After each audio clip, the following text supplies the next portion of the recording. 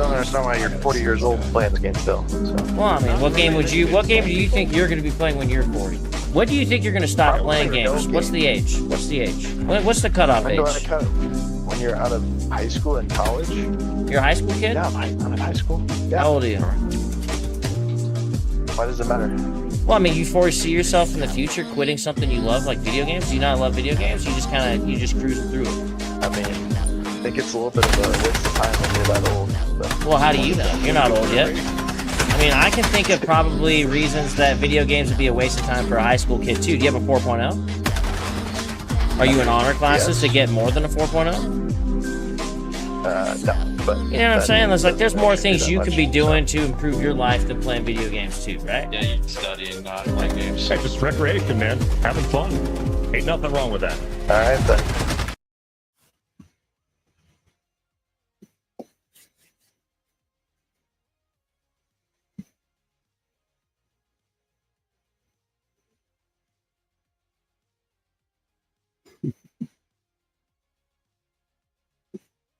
Hola. Oh, you know, awesome as always. No complaints. It's been a pretty laid back week, all things considered. You know, that's one of the nice things about the holiday. Really not too much going on other than, like, you know, some mass insanity that we're going to talk about in, like, a few specific areas.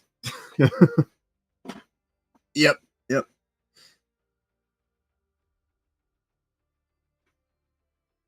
See it. Okay. Yes, now it should be working, right? Hello. Sorry about that.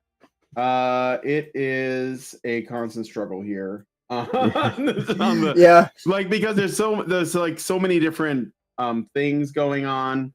Can you guys hear the music okay, by the way? Let me just make sure. Thankfully, nobody really missed much. All you really did was just say, hi, here's John. Yeah. So Yeah. Hi, welcome to the show. There we go. All right.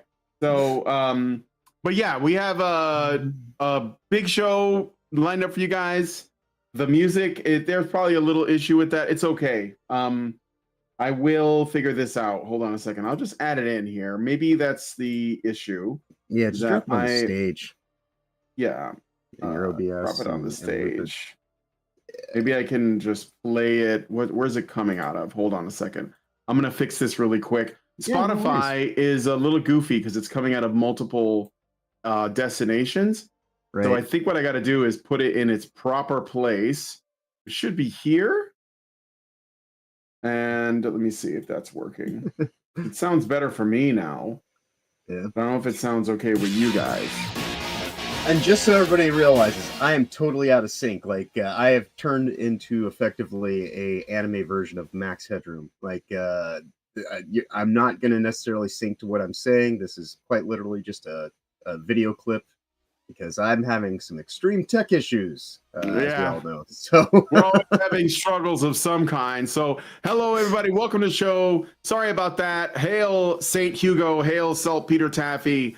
All right.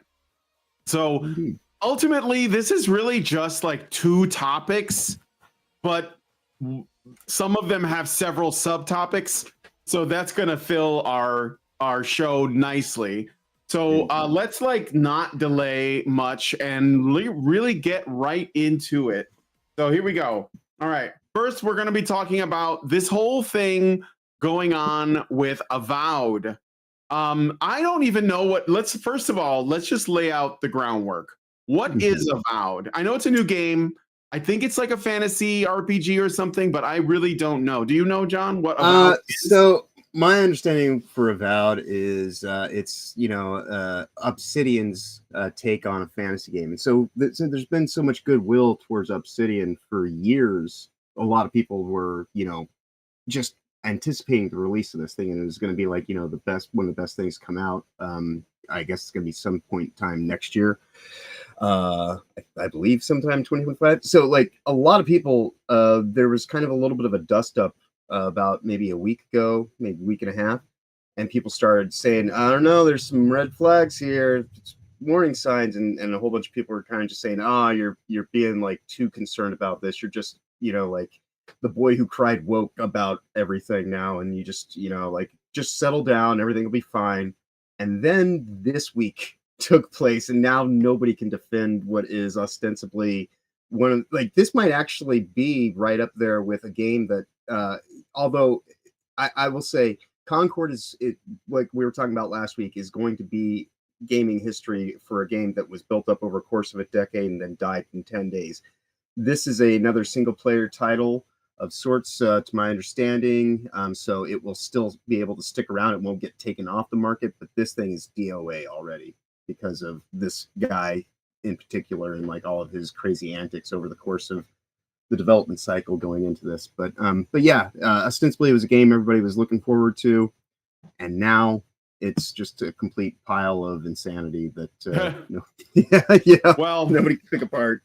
So there was this game coming out, Obsidian, known for Knights of the Old Republic, right? Star Wars, Knights of the Old Republic, and some classics from back in the day. Old Fallout, New Vegas, Fallout New Vegas.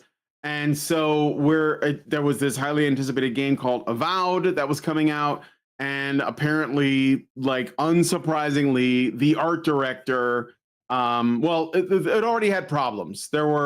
They tried to hide it, right? They tried to hide the fact that the game was going to have pronouns in it, which tells you that they already know that this is not going to be received well, but they really want to have it in there. They're not willing to take it out.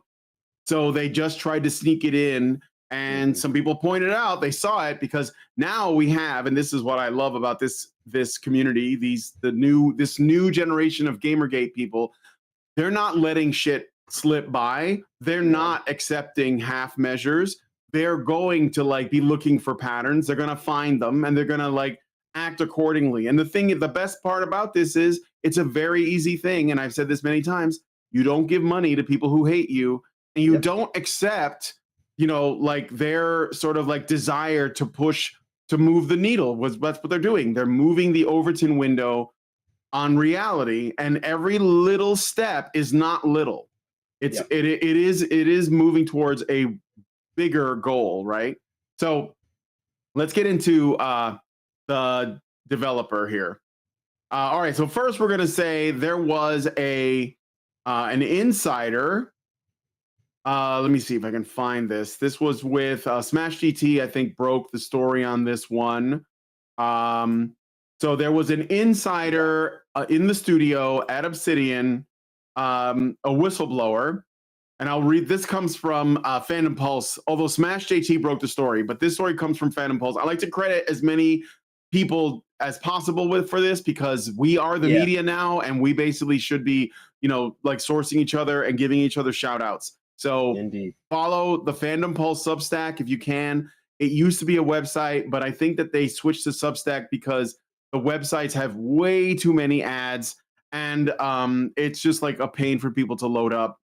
But also the Substack is it's a really good platform for sharing ideas, and you can literally just write articles there, and it doesn't cost anything. So anyway, check out Substack if you don't already know about it.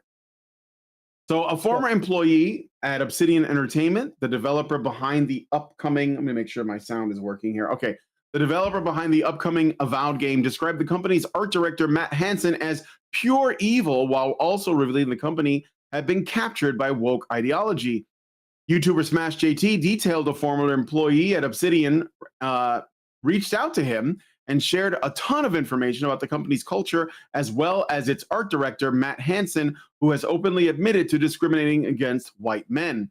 Smash JT shared that this whistleblower detailed that Obsidian has, quote, devolved into a corporate-driven leftist echo chamber where agenda and ideologies now far outweigh any kind of actual passion for game development, end quote. He added, quote, this former employee, who we'll just call Doe, like John Doe, for the anonymity purposes of this video, describes the workplace completely overrun by external influences, misguided priorities, and a toxic atmosphere that ultimately drove him out. Speaking specifically to Hansen, the whistleblower said, quote, I know how spiteful of a person Matt unfortunately is, and I know he and probably others will try to witch hunt me just to try and make my life hell because they aren't getting their way, end quote. Later in the video, Smash JT relayed that Obsidian's cultural shift began in 2018 when Microsoft purchased the company and made it part of Xbox Studios. He revealed that it began when Microsoft sent out an all-staff email, quote, instituting the introduction of optional but in reality mandatory pronouns in email signatures meetings, and other various communications around the office.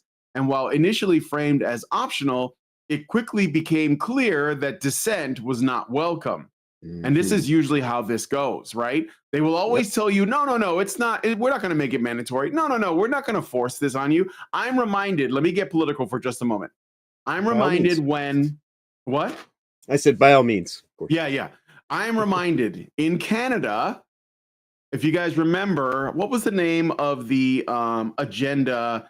It had a number, and they were basically putting the recognition of gender and gender expression and gender identity into law in Canadian government, okay? And this was around this time, around 2018.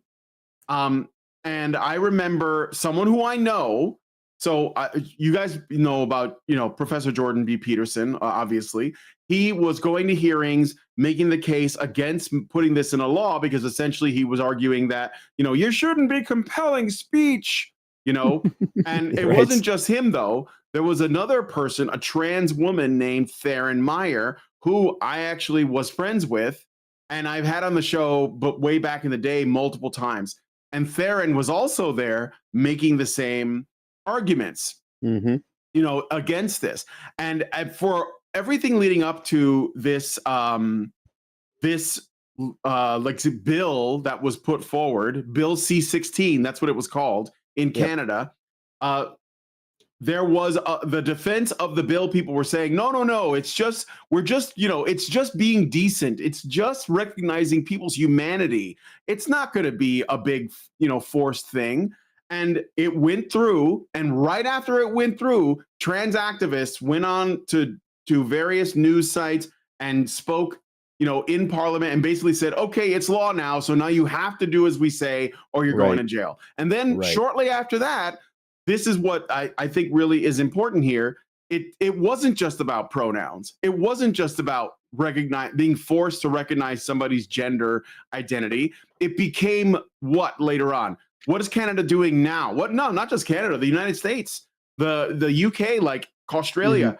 They're basically making it so that they're essentially, if you're saying that if you are a father of a child, and there's a case, it's Jeff Younger and his son, and you don't want your child to transition as a toddler, the state will take your kid away from you. And that's what they're doing in Canada.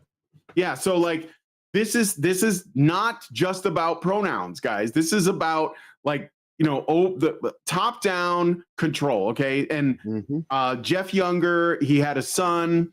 His wife was like this is like this crazy doctor. Didn't even take his last name, by the way.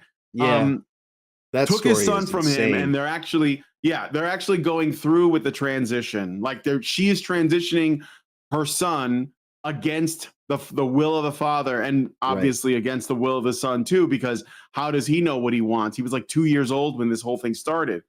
So they destroyed that guy's life too. Like, So about the Jeff Younger thing. I watched a little bit of a documentary on it. There was so much into it that I need to actually finish it up at some point in time. But that guy was put through hell for years. He's still being put through it, quite honestly. Like, I would suggest anybody in the chat that doesn't know what it is, go check it out, because it is some pretty insane stuff, and it's a stark reality of what is to come for the wider populace, because this is the proving ground of that's why they're going after the kids. I mean, that's literally why. And this is like not, this is for real happening. So when Microsoft puts out an all staff email saying you guys got to put pronouns in your, for your signatures and your meetings and other communications.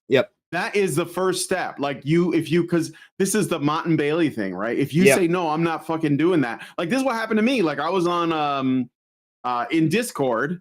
I used to run, I used to, and I'd like to go back to, but I used to run D&D games and tabletop role-playing games for my friends back home, because I don't see them anymore. And this is like one of the only ways that we can kind of get together, catch up, hang out, or whatever. And I was using a tool called Foundry VTT, which is a virtual tabletop. Yeah. And I was in the Foundry VTT Discord server, and the only thing I did there was I would just ask questions like about using the program. But when I joined, they asked me to give my pronouns Right. in order to become a member, because guess what? It's a big deal paused. there. Yeah. Yeah, it's a big deal there. They're paused too. And my pronouns I put were fuck/off. Because I was joking, like purely tongue in cheek, but I was like, no, I'm not playing your game. And at first nobody noticed, but then I started asking because I had a question about the program. And so I was asking questions about it. And at that time, I had recently changed my profile picture in Discord to Vivian James, because I was like getting this whole Gamergate 2 thing. I was like, I'm going to start talking about this stuff because it was coming back because of, Cabrutus Rambo and Sweet Baby Inc. Detected and all that. Right. And the community manager there sent me a community DM. manager on you. Yeah, I got community managered in the VTT Discord server, and the community manager DM'd me and was like, I want you to explain yourself regarding your pronouns. And I was like, well, I'll just remove them. And they were like, well, I think I'm still going to ban you because I know what your profile picture is. And it's like a far right, neo-Nazi Dog thing. whistle. I was like, Vivian James is of course it is for these people. Of course it is. I'm like relating it to some 4chan post or whatever. Mm-hmm. And the truth is I've never been on 4chan, but I know who Vivian James is. And so I said, well, I don't think it's fair for me to do that. And I went over their head and I talked to the guy who runs the Discord, and they just banned me permanently. So like, this is not just about pronouns. And I think that Microsoft is putting, there, and I know that this story makes it sound like this is all just Microsoft and not Obsidian, but I guarantee you Obsidian's completely complicit. Oh yeah, at this point. Yeah. So I mean, Matt Hansen himself has been in Obsidian for nearly a decade. So that predates the buyout. Yes. But the thing that you're talking about, quite literally, I've seen a lot of people this last week or so saying, "Oh, the death of DEI is upon us. We won, everybody." Woo! I got that story too. We kicked his ass, and and it's like no. What happened was this is getting taken out of the private sector, out of financial kind of models, and it's being put into bureaucratic sector through legislative models, which Bridge. Right. And so we're just seeing an amorphous shift so that they can still sit there and have plausible deniability and still get across the risk aversion. And now that it's law, what's going to happen is you either comply or you get timetabled at your place of work, and they effectively get to fire you within 30 to 90 days if you step out of line in any way, shape, or form, because you've got now this infraction against you. That's what all this stuff is about, is you either are complicit, or they will ultimately undermine and destroy your life. This is no different than 5 years ago when they told everybody, oh, you need to get a COVID shot to be here and do your job. And and then when you would speak out against it, say, I have my own personal determination, I have rights, they would go and say, oh, well, but you don't. And now they try to act like it wasn't something that was mandated through the state, and they're trying to backpedal on being held responsible from all the lawsuits. But this is something that's even more insidious, because the only reason why we're able to actually do that for COVID now, where people are able to get some measure of reciprocity 5 years on, is because of the fraudulent nature through which it was pushed through. We'll only be so lucky if we can do that with something like this, because they've already set the precedent, like you were talking about with the C-16 in Canada and everything that they're putting through here. This is quite literally the globalist, corporatist control takeover on you. Either are one of us and abide by transhumanism and all that it's going to lead to, or you'll effectively be made homeless, or put in prison, or any form of kind of punishment they can put on you to make your life incapable of moving forward.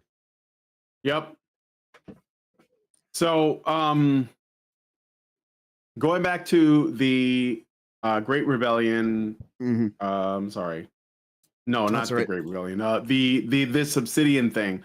All right, because the Great Rebellion CEO of Cult Games, he did have something to say about it, but I'm going to come back to that. Yeah. I want to finish the main story. So like an alleged misgendering incident occurred and Hansen sent a company-wide email. This is within Obsidian, declaring a zero tolerance for intentional or malicious misgendering. The email's tone was described to me as a passive aggressive, of course it is, because these people are women, yet fairly threatening. It was a warning to employees who couldn't align with the policies and how they would be facing termination if they decided to go against this innocent thing called pronouns. Was obviously not. That's tongue in cheek.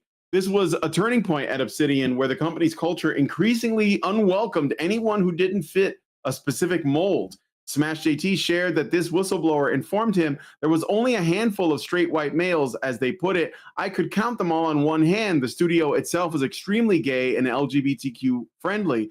The ideology began to morph and push and adhere to a certain expected viewpoint. And if you do not ideologically align with these people, you are instantly an outcast, creating an even deeper echo chamber of like-minded thought. Yep. So, and that's when the timetabling begins. And they'll cycle you out. Yep. After discussing how the company handled COVID and many of the employees led by Hansen refused to return to work, citing their lives could be at risk. Yeah, they wore like 4 or 5 masks. So it's not just that they were gay, but it's also that they were apparently cowards, afraid of getting sick, and of course, you know, they were Marxists. So yeah, that story, that part of the story where like they talk about how there was the return to work. That they did over Zoom or whatever the hell, and people were like, you know, livid and shouting at the owners of the company, or not necessarily the owners, but all the management staff and everything like that. And anybody who actually had the capacity to, like, you know, be a decision maker was basically made to sit in the cuck chair of their own, you know, management for all these wokies. It's insane. Exactly. They created the climate that this happened in, and they're surprised. Like that. Exactly. You know, Smash continued. Doe felt that these people needed a real religion to embrace, because without it, we're seeing exactly what happens. They become lost souls, clinging to identity politics as their god. The whistleblower went on to share that many of his fellow employees aren't there anymore to create great games for gamers, but instead to push agenda from the top down to further promote their ideologies. Yeah, I did not see that coming. The corporate chokehold was stifling creativity and stripped games of values for the players, Smash relayed. Leaders like Matt Hansen continue to be empowered to go on unhinged rants on Blue Sky, being extremely racist, attacking gamers, and being protected by the very echo chambers of positive feedback that they have created over the years at companies like Obsidian. So there have been a number. So obviously this guy's paused. Doesn't surprise me. I don't think that he's unique. I think that most of Obsidian is like this, because anyone who isn't like this is either terrified into obedience, or they were fired or quit. So they're either not there anymore, or they're there, but they're laying really low because they really want to keep their job, and they're just kind of nodding and going along, which is basically like, you know, being a slave to this whole ideology. You have to push back at some point. You should have done it right away. These people are not correct. They just have you know, power to some degree, but they should be you know, called out. So what has been some of the response to this? Well, I want to start with one that was in defense of this. So because I made a video about him earlier this week, I gotta bring back David Jaffe again. So he's starting to become a recurring character. Yeah, he is. He wants to be like the main character of Gamergate 2. So God of War director David Jaffe defends Avowed art director Matt Hansen. Now, of course, this is like another thing. I don't even know what his defense is. Maybe I'll read and find out, because I think I know what the tactic here is, but I'll read and find out. Okay. So in a recent video uploaded to his YouTube channel that appears to be cut together clips of a recent live stream, Jaffe appeared to respond to a person in the chat and read their comment. Avowed devs said they're making the game really woke to upset Elon and Grums. He then shared his thoughts. I know what you're talking about, Eddie. I know the art director was basically pushing back because Elon got upset and Grums got upset that there are, God forbid, pronouns that you can select or maybe not even select in Avowed. Doesn't matter, not buying it. So the art director got pissed off and the community manager shut her account down. The game's almost done, so I don't really know that they may have just been sort of a pissy kind of statement, he continued. Next Jaffe said, I agree, Morgan. When you say, oh my God, again with this, I know, but it is the news of the day. This is sort of what happens in the gaming world. We're still talking games. I'm still playing lots of games. We're still doing game design discussions, but these are the people that are influencing something. Don't know why, but they are. Well, you don't know why because they're correct and you don't like it. And, you know, we don't want to look at what they're saying.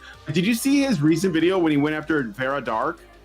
I can't say that I've seen that one, but it was like this morning. It was like this morning. Okay. He basically I'll check it after we get out. And he's basically saying she doesn't know anything about like the gaming profession because he's and this is what my suspicion was. Okay. Yeah. So I said this before. The left makes appeals to three primary things. Yep. 3 things. Okay.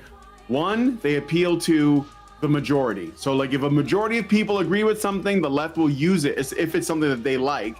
They will use it to claim that that must mean it's true. They will secondly appeal to consensus. So let's say you can't get a majority of normie people on board with something, but instead you have a consensus of experts that all agree on something, you know, like for example, safe and effective, then they will side with that because they make these appeals to this top-down kind of authoritative source that supports their views. And if they can't do that, the last thing they appeal to is an individual that is experienced or has expertise. It's an appeal to expertise. These are all appeal to authority fallacies. And David Jaffe appeals generally to himself. So when he wants to win an argument that has to do with gaming, he'll say, I know the business. I've been doing it a while. This is why you're wrong, because you're not in the business and therefore you can't know this. And obviously that's not true because we have senses, you know, we have ears so we can hear, eyes so that we can see. We know what's happening and you can't. And the thing is, you know, the stuff that Jaffe had worked on in the past would not have been allowed in this current climate. Right. It would not. He would be you know, bundled in with the rest of us that are seen as being like, you know, He-Man woman haters and all the like that they want to like, you know, throw at us. He was called that. Like back then, the journalist did come after him in the original Gamergate. Like, so yeah, I mean, I remember they were saying, well, what is it with like something about Kratos being sexist because, you know, you kill like a slave woman to like proceed the game. And they were trying to use that on him because obviously they were all on that, you know, they were drinking the Anita Sarkeesian Kool-Aid. And Jaffe said, that's Bush League and bullshit. I don't hate women. And like, but none of that sunk in. Like it didn't, he just basically, well, not me. Maybe you guys, maybe Gamergate is sexist. Maybe, you know, Grums is sexist. Do as I say, not as I do. Yeah, but not me. I'm one of the good ones. I know that, right? So I got what comment. I find really offensive about this really quickly before I forget is that, like, you know, they want to sit here and say that it's like, well, why are these people influencing? We're not influencing shit. We are, you know, actually just having some reciprocity with an audience that already gravitates towards these things. It's like when they try to go and say, oh, you're a conspiracy theorist. No, I analyze agendas. I'm just taking the time to extrapolate what's right in front of me and tell other people that I have no influence on anything. You know, like I'm just sitting here because as we said earlier, we are the media. We're just reporting. We're just using our freedom of speech and our power of the modern press to actually talk about what's going on. It has nothing to do with anything about influence or anything like that. This guy right here, though, you know, David Jaffe is trying to be an influencer by, you know, saying, oh, appeal to my authority, appeal to my experience, appeal to, like, you know, like all this stuff that I have that you don't, but don't believe your own lying eyes because anything that you see is just your perception and your projection. But this guy's got a vested interest in a lot of this bullshit for a variety of reasons, which we'll get into here in a second. But I know one really big one, but I got a message from, I want to read some of the chat here, so I'll put it up on that way you guys participate, because I want to get your feedback. So Gabriel Phelan Lucas says, COD Cold War had non-binary pronoun options for the player character. Yeah, so does what is it? Cyberpunk 2077 has it. Mhm. Baldur's Gate 3 has it. Actually, no, it's Baldur's Gate 3 that has it, not Cyberpunk. I had that wrong. Cyberpunk does let you put a penis on a woman and vice versa, but I think it makes sense because that is a dystopian. Yeah, yeah. Sure. It is the end goal of all this fuckery that Yeah, we're it seeing, is. tossed about right now. And it's not like the thing about, and this is why in Cyberpunk, if it weren't for it would be a genius kind of way of actually talking about what's coming in the future if it wasn't surrounded by all the wokeness within the company itself. CD Projekt Red, to actually go and say that the future is going to be full of all these transed out kind of non-humans. There's not one good story in all of Night City. Like, it's a tragic world. It is completely and utterly dystopian. There's no good outcomes for anyone or anything, because from the moment that you live in that world, you're under authoritative pressures. Ultimately, the great tragedy of the Cyberpunk game, just briefly, is that people have lost their souls. That's ultimately what it is. Like, that's what it, like humanity itself. It's it's a spiritual problem, not a economic or technological or whatever. All this is talked about in the game, but most people don't seem to get it, except for Johnny Silverhand. And so that's what makes it, I think, so good. But anyway, Cloud Strife says, reading that article about Jaffe, it shows why a lot of these people won't change. They believe they are smarter than you and that you are just too stupid to understand. They can't be wrong in their minds. Yes, that's a good point. It's true. That's what I'm saying. It's like, and there's another element of this. It's called sunken cost. Some people call it sunken cost fallacy. It's like the more you invest in something, the harder it is for you to realize that you might be wrong because you've invested so much in it. So they're not going to be able to do that. This is going to be very hard for them, and it's going to be painful. So anyway, let's see. Blade Kaiser says a good bit of games have pronouns now, and most of them aren't that bad. Heck, you can make a he she in Baldur's Gate 3. Yes, I was just saying that. I think that we should be. I mean, going forward, I'm going to be on the Grums. Take up the Grums idea, which is like if any game that has pronouns in it, no matter how good it is, I'm not going to play it. Like whatever I already own.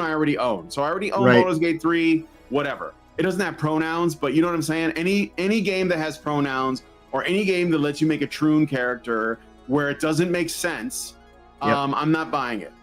Yeah, continue. Oh, well, I was going to say, I've already, months ago, a year ago nearly now, it seems, when the whole thing was, we're going to do a 2 to 3 year moratorium on buying AAA games. I don't know what happened to that. Everybody seems so gung-ho for it, but then everybody just, much like, a politician that lies on the campaign trail and then changes his thing, and then people say, I'm never voting for that shit again, and then they do 4 years later. It's just like, are people buying? I haven't bought any new AAA games. I have not, but what I'm saying is I'm not doing just a moratorium. I'm completely out of the. It's like I'll buy independent games through Steam. I'll support a whole bunch of independent artists. We bring guests onto this show or your channel rather. We bring them onto what we do over on Reality Based on our panel shows all the time. I believe St. Hugo's in the chat right now. CEO of Cult, has been on our show over there before. You've done interviews with. So that's really what I believe the next step is to de-emphasize these AAA, quadruple A bullshit titles that aren't actually made to tell a story by an agile group that wants to be led by their passions. That's where if we are quote unquote influencers, that's what I'm going to use my supposed influence for anything, is to get people to stop looking to these beyond compromise. They're outright corrupted forms of media. And much like, that woman who stepped out on you and fucked the whole town and then comes back to you after she's rode hard and, ready to just be put out to pasture and says, I've changed. Take me back and we can have this wonderful life together. It's well, no. Even if I had every compulsion in my life to be with you before all that happened. how do you undo like the damage that's been done to these stories, to these, you know, franchises, to all this kind of stuff, just because, like, you know, like one corpo sells it to another corpo down the line in the future, and they might like augment or change something. Now is not the time to reward this insanity or even go back to it. Like, we need to cut the cord in so many areas of media and actually just become our own parallel economy of, you know, working with each other at this grassroots level, making our own games, making our own movies, making our own, you know, how many people watch YouTube now, you know, all the time. And so that's where my mindset is already firmly entrenched. I've you know, and the only way that I'm ever going to watch anything new movie wise or anything like that is I'll take a trip to Switzerland and you know, pick it up for free, and then, you know, and then I'll just have a copy of it, and, you know, like for whatever my own devices are. But I'm not paying for one scintilla of this bullshit. No way, shape, form, or how. Well, no, not me either. I mean, like, the purpose of what I'm doing here is like twofold. Like, one is to tell people what they should, you know, consider. I don't want to tell people how to spend their money, but to tell people, you know, like, to consider what is going on and why it's happening. This is like ultimately really important. Where does this come from? Because ultimately this didn't just come from nowhere. And, you know, like, what these people, like, what their way of thinking is, and so that the consumers or you know, customers can make an educated decision, and at the same time I can point them in, you know, the direction of things that would make better alternatives or people who are doing good work. And I think that, you know, that's what I've been doing with these It's Based Game Jam guys. You know, they set up a game jam, they've announced they're doing another one, and I'm going to be involved with that. And I think that that's okay. I mean, we want our culture, not just our games, but we want a healthy culture. And I think there is Oh, go ahead, continue. No, I'm saying there is a vibe shift happening now. Okay, I think that people are making their voices heard, and that's one of the reasons why I wanted to talk about this this story, because you're seeing more people who have louder voices making their opinions known, you know, regarding Matt Hansen, the director of Avowed. So I'm not just whining about Avowed, because I've never played it, so I don't really have a dog in that fight. We're talking about the state of play in general. Yeah, we're talking about the state of our culture. Yeah, as a quick aside, next time you're talking to Game Jam guys, remind them that they had spoke to me about this next Game Jam, about being one of the judges for the upcoming thing this time, and let them know that I'm still very much, you know, on board. Just have someone catch up with me through the DMs or whatever. Will do. I will. St. Hugo says he's still here. Well, welcome to the stream again. Maureen Ribarek says, though, is it all right to buy Stalker 2? I don't know. Yeah, use your own discernment. Dean was playing it because it was on Xbox Game Pass, and that's actually something else I wanted to mention too. So here's what I think is going to happen, because these people are pretty confident that they can do whatever they want, put pronouns in, like they literally, with regards to this thing, I believe Grums said, I'm drawing a line, I'm rejecting a game that has pronouns in it, right? And then Elon Musk said, he was sort of reposted Grums and said, having pronouns in a fantasy video game is utterly unacceptable. And of course, Matt Hansen that basically was thrilled that he got Elon Musk's attention, even though it was bad attention, but that they liked this because, you know, the guy who basically did everything that they wanted in terms of like trying to protect the environment. Well, he has the wrong opinions about culture, so he is now the enemy. And Matt Hansen and some other actor or activist on X basically said we should start adding pronoun options to all of our games just to annoy these guys. Now, of course, go ahead, good luck with that, whatever. They're probably still going to be flops. But I will say there is a reason why they feel so confident to do this. Their goal is to essentially create say an ecosystem where you don't actually own anything. Right. So it's all like they're just gonna make you buy it anyway. They're just gonna make it free. Let me give you an example of something that's already happened. Years ago, when Comicsgate was going on, This was basically, and I was one of the early adopters of that before it was even called Comicsgate. I was, really into comics, and I hated what the decisions that the big two were doing.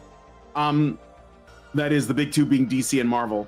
And when Comicsgate was going on, people were wondering how is it that comics sales were like in the tank, like they were, comic book shops were shutting down. Small business owners were losing their business because nobody was there. Gary Buechler of nerdrotic.com, he is one of these people. He had a comic shop, right? He lost his shop because nobody wanted to buy their woke garbage. And another friend of the channel, RJ from a channel called, why am I forgetting what it's called? But anyway, the guy's name is RJ, the Fourth Age. And he was talking about how the whole thing was always it's been made into this sort of top-down, government-funded effort. And it doesn't matter that people don't buy the books because what their plan was to put comics that had their ideological crap in it in libraries and make them available as public, things. Put them in schools, put them in libraries. Put them in places where it's supposedly free, but you are essentially still indoctrinating children with these books, and it doesn't matter if it sells or not. And they're basically when they do that. By the way, Marvel still gets paid. They just get, and DC still gets paid. They just get your taxpayer dollars in the exact same way that what was it? Dustborn turned out to be funded by the government. So I think that's the direction and they the same want to go way in. last week when we talked about Concord, and Sony getting their big tax break, even though nobody bought that game, we're still paying Sony to give them restitution for their bad investment. It's coming out of our pocket. So I think that this is why they can say with some confidence that they're just gonna go ahead and do it anyway. I mean, think about it. Like, this all started when, in my opinion, it all started when Microsoft created Xbox Live, way back on the Xbox 360 days. When they came up with Xbox Live, they started it from the premise of, well, look, we're going to give you dedicated servers. And they did have better servers than the PS3 did, because the PS3 was a competitor, right? And they didn't have a paid subscription model on Sony's PlayStation, but Xbox did.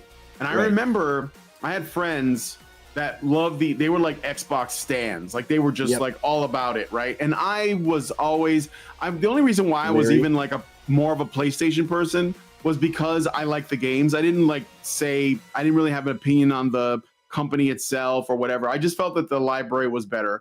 On the PS2, obviously it was better. On the PS3, I thought it was first pretty solid. Xbox. I liked the first Xbox because to me it seemed like the spiritual successor to the Dreamcast, as what Sega's next system would have been. Because when all the first titles came out for the original Xbox, the big black beast, you could actually it ran on a hacked version of Windows CE, was what was on the Dreamcast. And so there was already some kind of inroads to them, like making like this kind of transition from Sega, kind of like becoming Microsoft, in terms of like the hardware and everything like that. They like just shared all their information with them. So I enjoyed the original one, but I remember specifically when they transitioned. Go ahead. When they went from the original Xbox to the Xbox 360, one of their first steps where I noticed that, they're doing the thing that everybody was concerned about. When the original Xbox came out, it had the hard drive on it, and I always thought that was one of the most defining traits. And so when the 360 started having the detachable hard drive, or one that was like a digital only system, it was right then that I knew that this thing was slowly but surely going to become an even worse thing. And I had the 360 because it was still backwards compatible and everything like that. But once they put out the Xbone, and they wanted to basically put a surveillance system inside your house, I've never bought, and I will never buy another Xbox-based system. For sure. I don't pay for Game Pass. I will not do it. And with the way that Sony's done stuff this last go round, I'm done with Sony now too. To the point to where I probably won't even renew my PSN account when it expires. I think in February this coming year. And I'm just, I'm content. I'm happy with my Steam Deck, and everything that it does is, worlds beyond any of those other things. And even if I ever have a compulsion for whatever reason to do those other things. I can do it on my Steam Deck. Yeah, so like I also own an Xbox. I still have it. I own an original Xbox. I never got the Xbox 360, and I didn't have a lot of games on my Xbox. I didn't like the controller on the original Xbox, so. But I do have one. I also have a GameCube and a Dreamcast. So I kept my old consoles. I used to have all those, but then I moved back from Seattle this last spring. Anyways, I'm but that's okay. Well, my point is that this is one of the reasons why they're okay with, basically like not selling games, because what their I think their ultimate goal is to put it, essentially set it up as a publicly funded thing that will still take money out of your pockets, and then or they'll do it in little services. So like I said, Xbox Live came out, I had friends that were like, no, this is just a better network, and I was like, yeah, but you got to pay for it. And the problem with this is that once if enough people start paying for Xbox Live, then Sony is going to do the same thing. No, but Sony's going to do it too, because why wouldn't they? And sure enough, they did. And so when, then you had PlayStation Plus, and they were essentially trying to compete with Xbox Live by offering what? They had like this thing where they were offering you free games. Like, oh, every month you're going to get like some free games. And then Xbox did the same thing. They were like, well, we got to do that too. And then we got Xbox Game Pass, and all these different levels of PlayStation Plus stuff. And so first now it's we're free, at this, but you're gonna have to like keep paying for the service, and that was the beginning of the subscription model and live-based services. Yep, and now we're getting it in all kinds of different ways. Well, what are all the cloud gaming services, right? Like GeForce Now, and I think Microsoft's Xbox Game Pass is that a cloud-based thing? I have no idea. That is cloud-based. You can quite literally, without even owning Xbox hardware these days. That's why I said if I was really wanting to throw my money at a Game Pass, I can use quite literally my Steam Deck. I can use my cell phone with I've got a backbone controller.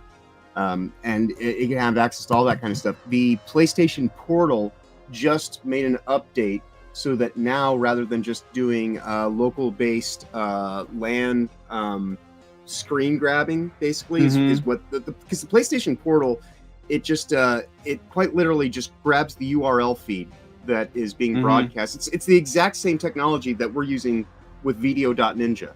It's an authenticated piece of hardware that has been pre-authenticated, and so it just sets up a trust so that you can see what's going on the processing. And then finally, this last week or last month, they now have it updated so that if you have a PSN premium account, like the highest level, which is like I think nearly $200 a year, then now you can actually play their cloud-based games. But again, none of this is like actually a good thing, because having to play your games off of some centralized servers or even decentralized servers, but anything that you're going to do, there's always going to be levels of latency. And so it doesn't matter how good the games look or anything like that. In theory, the way that these things play out, even if you've got NVIDIA now, and like you use their high ass end systems, and there's always a level of latency, and it never ends up being a good playthrough.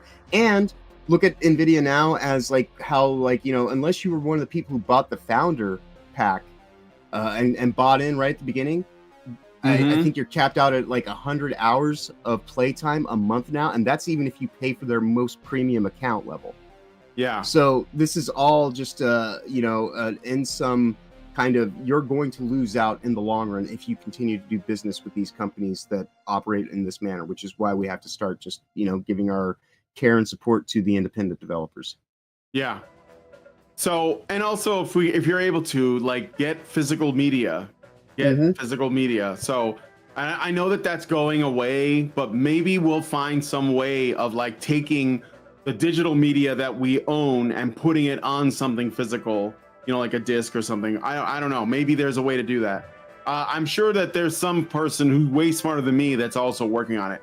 So David Jaffe, let's get into why I think this is particularly interesting. I made a video about him earlier this week where he basically tried to imply, because he's being passive aggressive as well, that people who don't want to buy, Star Wars Outlaws or Dragon Age the Veilguard, well, you know, they're just bigots, or maybe they hate black people, or maybe they hate women, or whatever it is.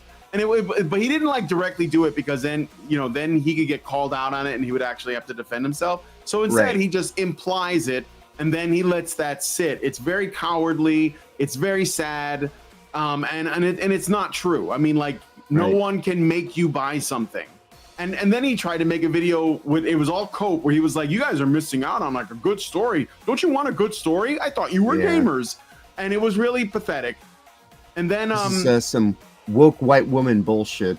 Yeah, and then recently, well, I made a video responding to it, and I put some links in the description of my video where I initially talked to David Jaffe way back in 2014, and I'm bringing this up because I want to talk about what's happened since then.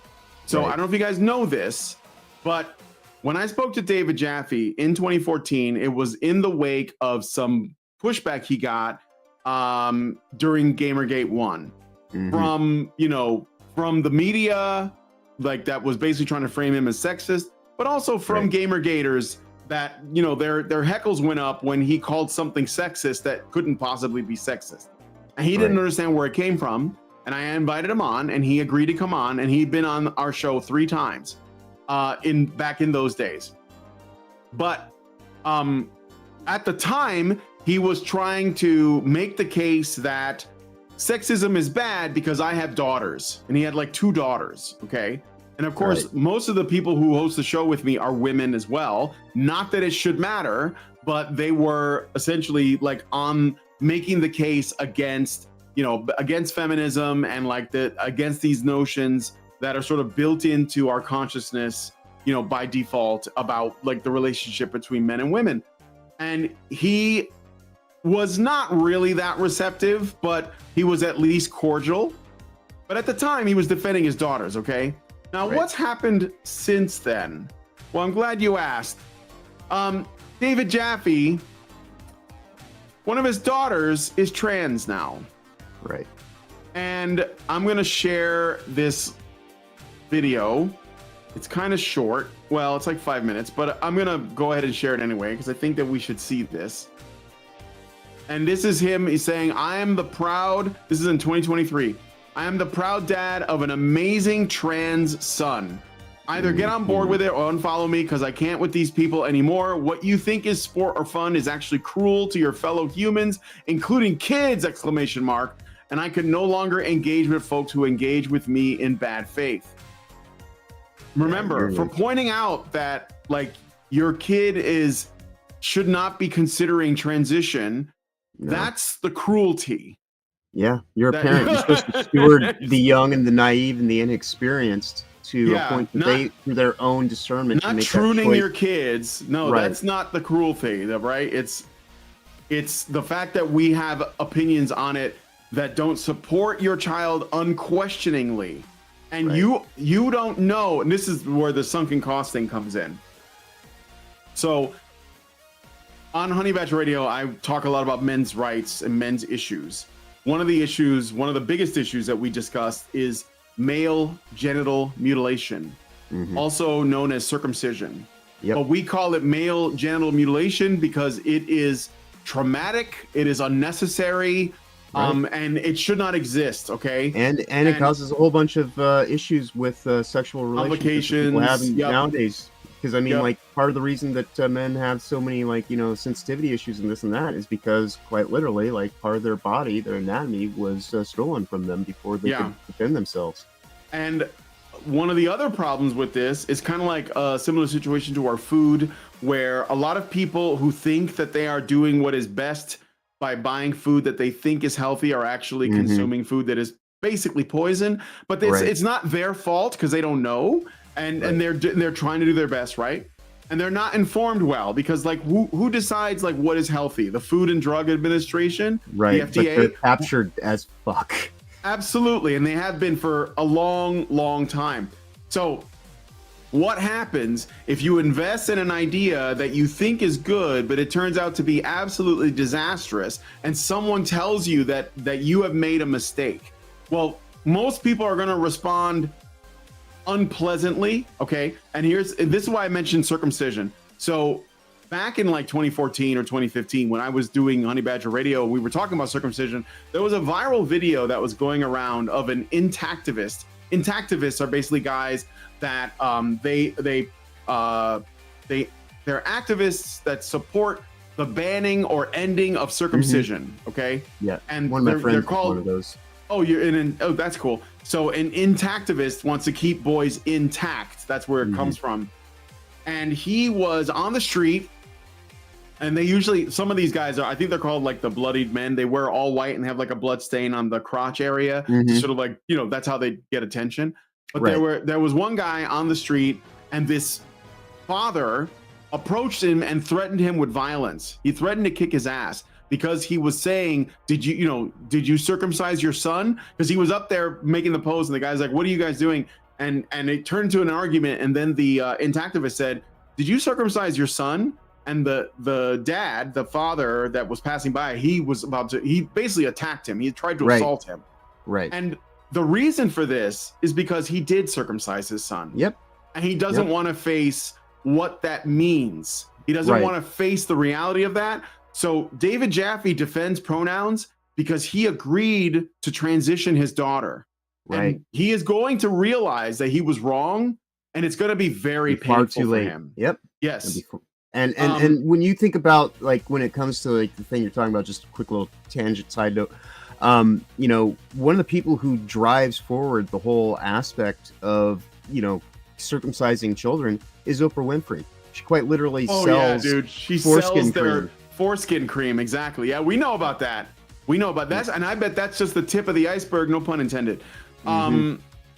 Yeah, and so here's the unfortunate truth about the whole transitioning kids thing. Most of these kids are probably going to unalive themselves when they realize that they made a mistake, and their parents are just going to blame, I don't know, us. Like they're not going to blame themselves. And they're going to blame us. Like, they're going to, They're not going to blame themselves. They're not going to say, you know, I shouldn't have supported this. Some of them may figure this out, but I think that most people are going to try to pass the buck, and they're not going to take it. And that's what I think Jaffe is doomed to, that experience. Like, his kid is going to unalive herself, and he is going to pay the price, and he's probably going to be pretty pissed off. Yeah, a lot of these parents have what's being referred to as Transhausen by proxy. Yeah. Like Munchausen by proxy, A Norwegian says his daughter could very well disown him when she realizes what he let happen to her. Yes. Which is all the more reason why they double down on it and you know, go along with the you know, just getting that ideological mindset into their children. Like, you know, like how many Hollywood mothers seemingly have, like, you know, like Megan Fox. Like Megan Fox has Megan Fox has 3 sons that she claims are women. Charlize Theron has, like, you know, 2 adopted Will boys Smith's that are now being actual raised. Biological kids. Right. Yeah. And it's like, it makes no sense too, especially when you're adopting. Is like, you're gonna adopt some kids and then you're gonna trans them out because why exactly? You know, and it's because when they talk about what is influencers, these are the people that pull that shit. You know, it's not you or I. Like, we're just like, you know, people that live here on the ground. They're the ones who are, you know, up in their elitist fucking ivory towers of, like, you know, getting high, insulated on their own farts, you know, thinking that everything that they say, think, and do can't be questioned. And, you know, like, everyone should just fall right in line and go along with it. That to me sounds like what is a deluded, debased, detached influencer, more so than, you know, like people that are actually just talking about living here in the real world. All right, so this is the sunken cost. This is why David Jaffe can only double down, because he won't have the will to face the truth of what he has done to his child by allowing her to be groomed into this ideology. Right. And thinking that it's like just being a good liberal, because that's what it is, right? And I say this, like, I'm being very intentional with my words. The problem with liberals, not leftists. Leftists are the cancer. But liberals are the permissive ones. Liberals see their tolerance as a virtue. they not only see it as a virtue, they see it as the highest virtue. So when they say, well, look, I'm just like letting people do their thing, you know, no, like whatever, I'm cool with gays and blacks and blah, blah, blah. Right. They're trying to place themselves on a moral high ground above everyone else because they're so tolerant. And that, of course, it doesn't actually mean anything if you're not able to determine the difference between right and wrong or good and evil, which he's not able to do. So he is essentially he's permitting his child to destroy herself. And when it comes, like, well, let's say when the check clears on what she has done, he is not going, it's going to be very hard for him to be able to say, I did that. Right. And I get it, man. Look, I don't have kids. I couldn't imagine how hard that would be, but I wouldn't let that happen to my kid. So, but anyway, so this is why he's fighting with us. And I think that's the important takeaway. Meanwhile, let's see, we got the Obsidian, or I'm sorry, in response to the Obsidian whistleblower, we have some positive stuff going on too. So let me put this back on the screen. Well, actually, this is the wrong image. We'll go back to this dude.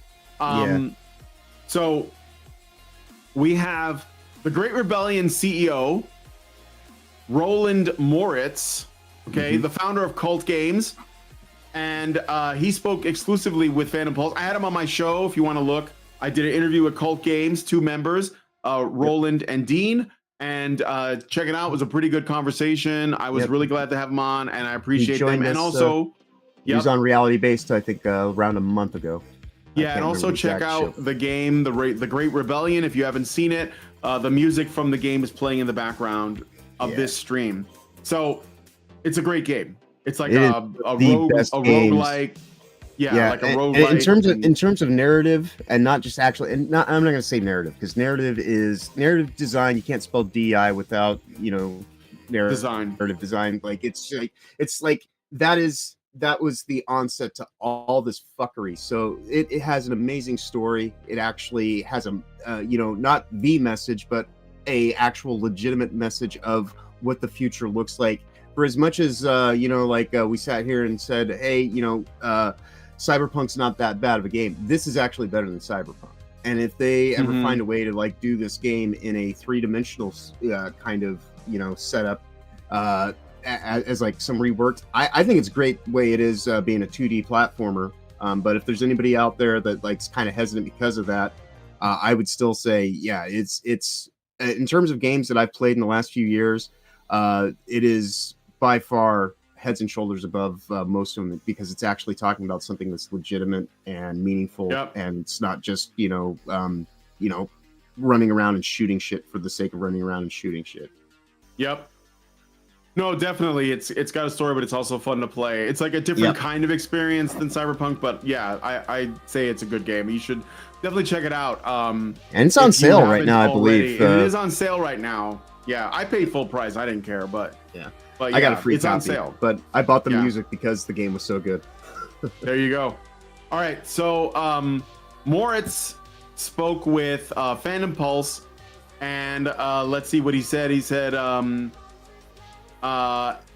wait, where are his comments on this? I'm trying to find it. Hansen, respond to these comments on Blue Sky. No, that's different. Moritz reacted to all this, telling Phantom Pulse, quote, the whole thing is another revealing look into how deep the gaming industry has been subverted by radical leftist ideologues and, quite frankly, extremely entitled people who get used to getting their way every single time over the last years. Yeah, and also the good simpy liberals that go along with it. The fact that Obsidian's art director is lashing out in the unhinged way that he did is the sign of a person who is not in the least willing to engage with any criticism or self-reflection and is, in short, spoiled. These things have been going on for years behind the scenes, and getting a backlash and being dragged into the light is still a new experience for these ideologues. He then said they have to contend with a simple fact. Games that do well to appeal to their audience are naturally successful. Games that spite their audience are naturally unsuccessful. This is a factor in game design from the ground up, as we see in Obsidian's art director baking his controversial opinions into the game at a fundamental level, which are at odds with the culture. It's unstable, it's childish. We make games that are enjoyable because of our culture, not out of disdain for it. Mm-hmm. And then he said, this has also been a guiding principle in the development of my game, The Great Rebellion. And there is a huge amount of gamers waiting for studios to make games for the love of the medium, again, first and foremost, and have enough of a leftist ideology being shoved into each and every beloved franchise. He predicted, quote, I see a very bright future ahead for studios that return to gaming, return gaming to what it should be.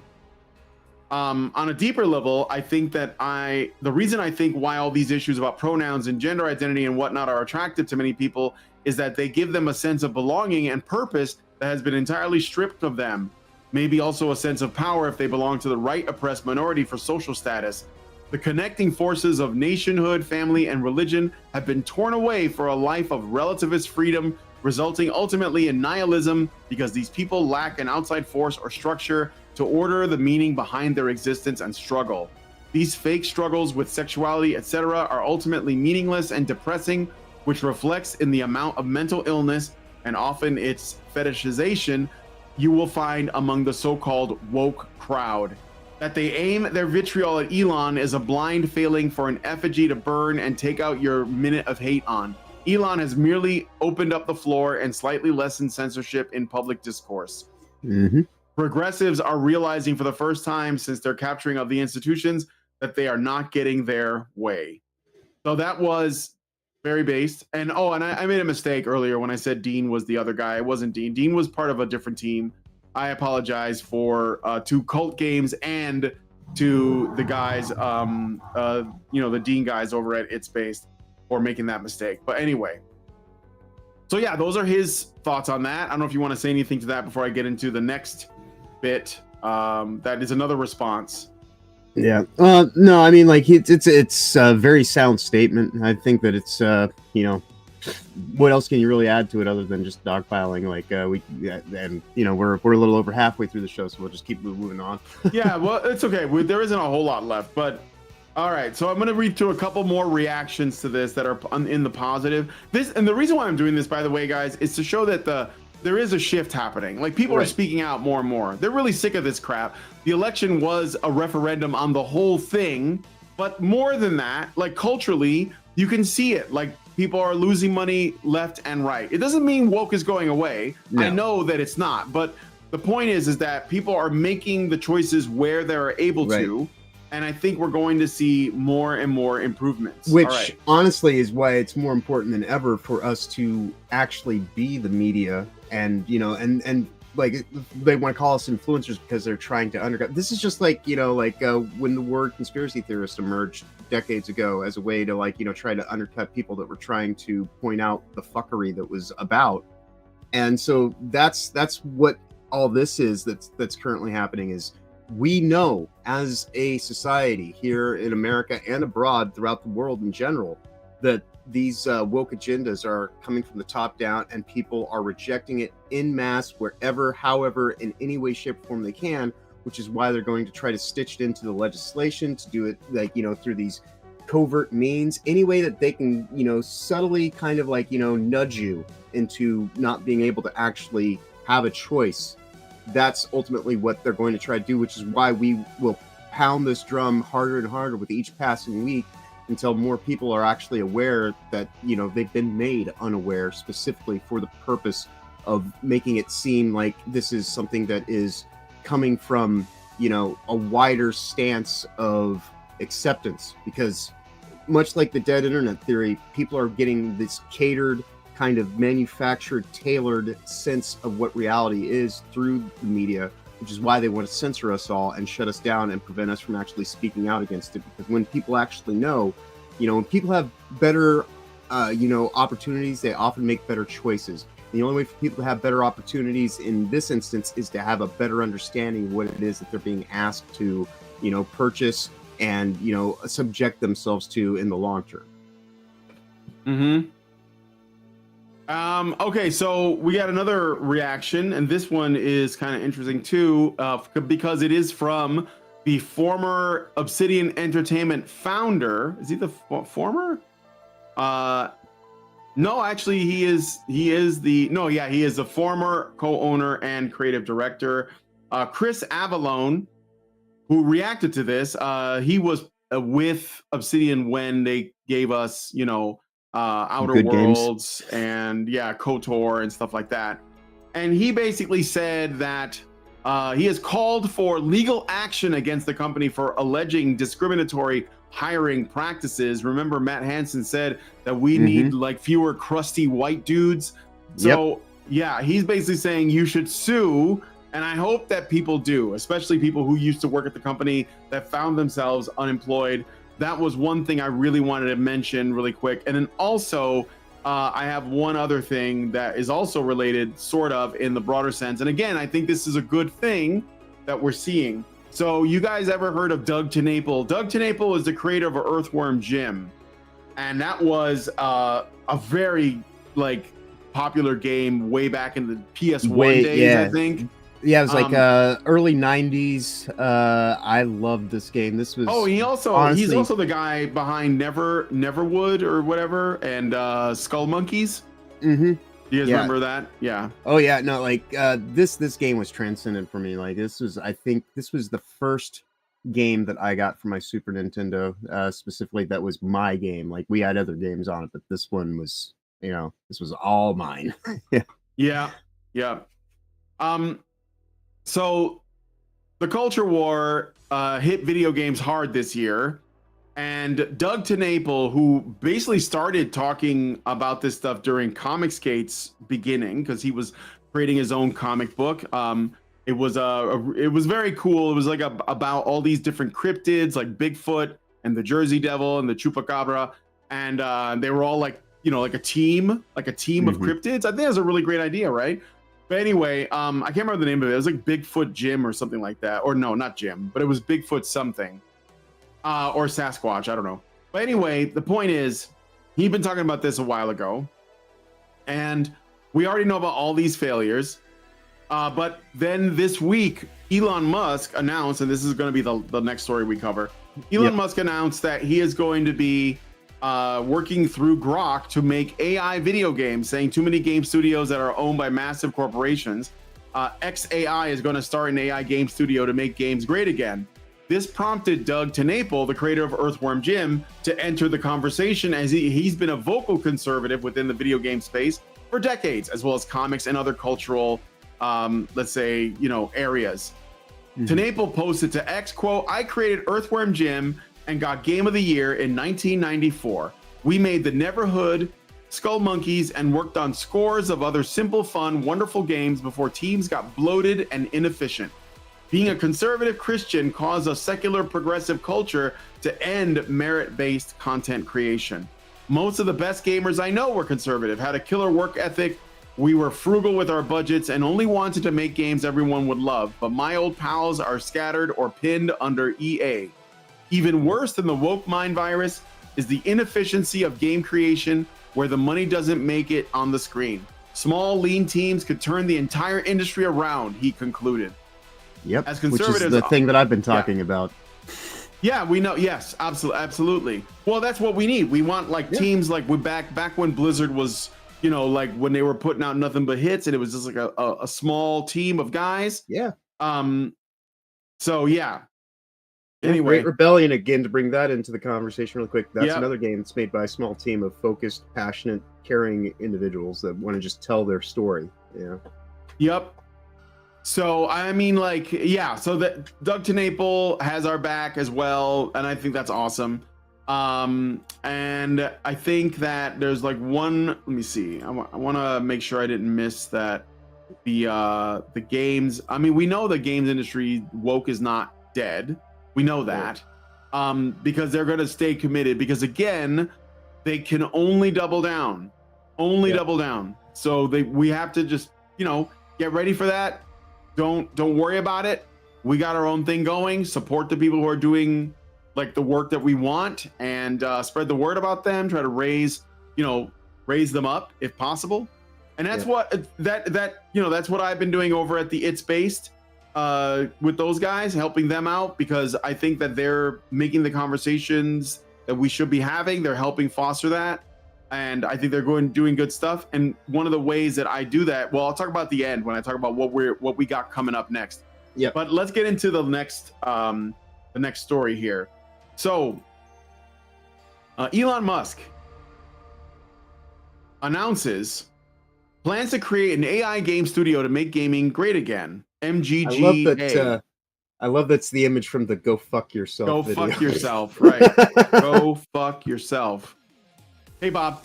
The world's richest man has apparently had enough. Elon Musk today announced plans to create an AI game studio to make gaming great again. So we know that he is one of the top-ranked Diablo 4 players, which is like one of the things. He had been vocal. I joke in the past. that he's one of the few people who can actually afford to play number 4. Yeah, I know. he was like a big fan of. I shared a video a while back where he was on Lex Friedman's podcast, and they were talking about Lex Friedman was asking about video games, and he said that his favorite games to play are Elden Ring and Diablo 4, and so I thought that was really interesting because he obviously has, I think, in terms of like. He has good taste in terms of like what he wants to experience. I never played Diablo 4. I'm not saying that it's good. I don't know, but I know Elden Ring is good. So, and he says that these are the kind of experience he wants. And he's also been, he's a really good defender of video games as a hobby because it's one of the ones that's the easiest for people to shit on. Because they're like, oh well, you're wasting your time or whatever. It's for kids. Like no, like that is not the case. Which is bullshit in and of itself. That is such a fallacy-based argument because mental plasticity, hand-eye coordination, just the ability to do pattern recognition, everything that actually keeps you, mentally fit in your health and wellness journey. I'm worried about like how well I do. I'm just like, I just want to experience what the developers made. Lately, I've been playing Cyberpunk 2077 again because I haven't played it in a while. And I don't even use it to travel. I drive or I walk everywhere so that I can see everything, right? Because there's a lot there. And I think it deserves to be like, sort of experienced in the way, in like a more intentional way. So I look at all the food, I look at everything all the junk, I look at everything. And I think it is pretty cool to do that. Listen to the music, So anyway, what did Elon Musk? Okay, so what's he got going on here? So he basically said there are too many game studios that are owned by massive corporation. At XAI is going to start an AI game studio to make games great again. He said this I think he was on like a stage or something, and somebody like he said this before, and he said, "Can you imagine what we could do with AI to improve on video games?" Now, I like that he's doing something new. I hope that more people start studios. It doesn't have to come from like the richest man in the world, but it's nice to know that he's got our back, and he's also pissing off the right people in saying that. He says Grums in support of him said AA games are outperforming AAA games bloat this year by an order of magnitude. AAA budgets of these massive corporate games are unsustainable. 8 to 12 studios spread out over the world to make one game is hugely inefficient. Mythical Man Month on steroids. $300 million to $1 billion budgets competing for 5 to 10 slots a year between success and failure. High risk means no new ideas and the same recycled slop. They are already collapsing. Meanwhile, AA studios with $40 to $70 million budgets are delivering 5 to 10 times returns and taking all the top sales slots this year. And yeah, 100%. I'm all about the AA devs, all about it, because they will give me like I want something that's gonna look, give me that like sort of like cutting edge visual experience and audio and depth, but without like the massive bloated budget, right? And I think AA is where it's at for that, if that's what you're after. So, what do you think about not just? Well, first of all, what do you think about Elon Musk starting his own studio? I guess that we should get that out of the way.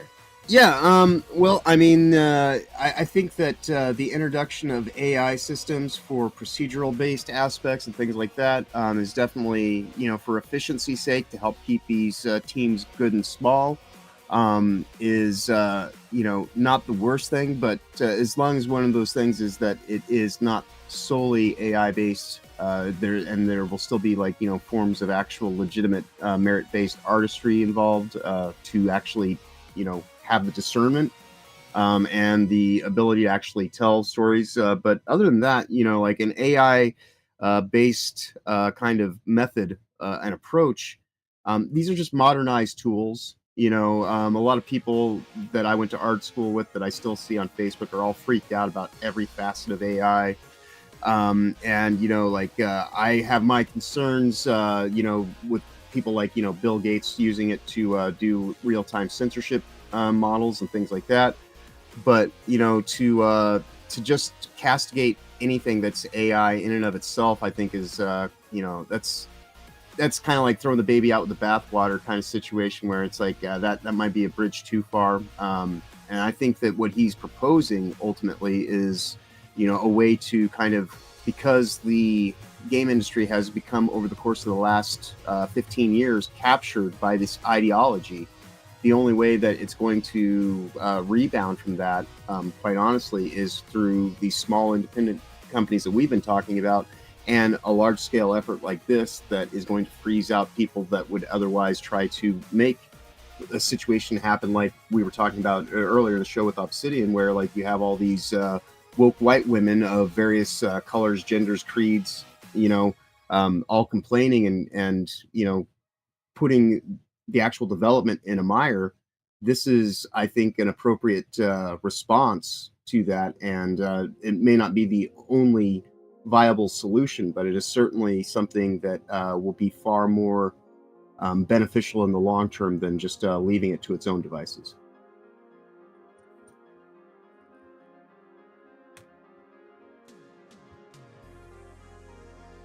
Oh, I don't know that I can hear you.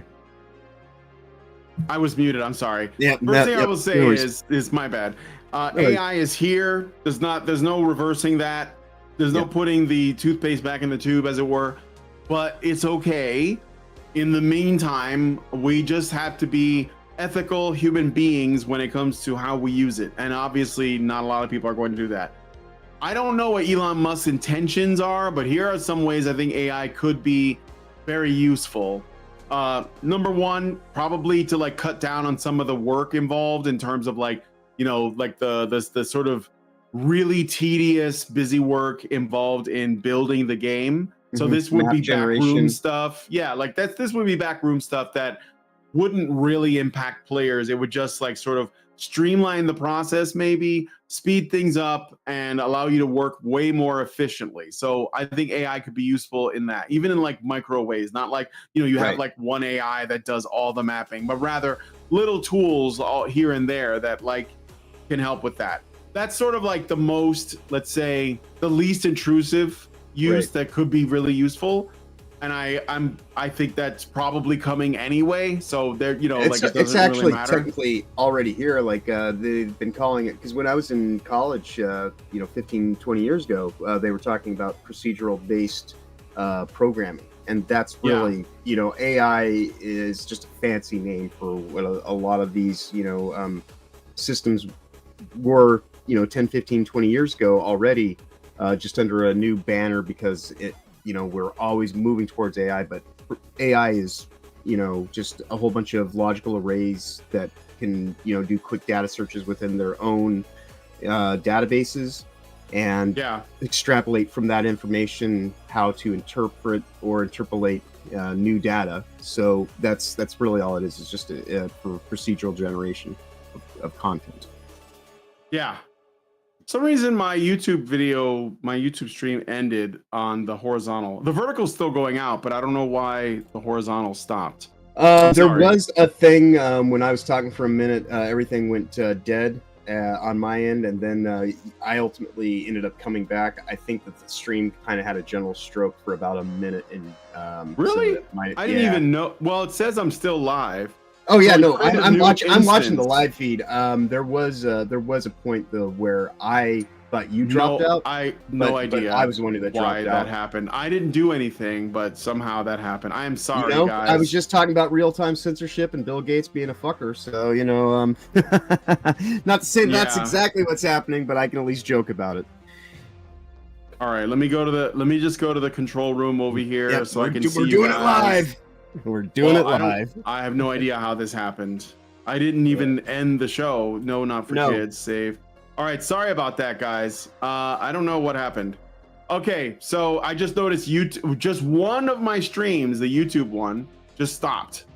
Yep. And, Well, I went to even look. this stream saying that it is started 8 minutes ago, so this is going to be a bisected. The stream. horizontal?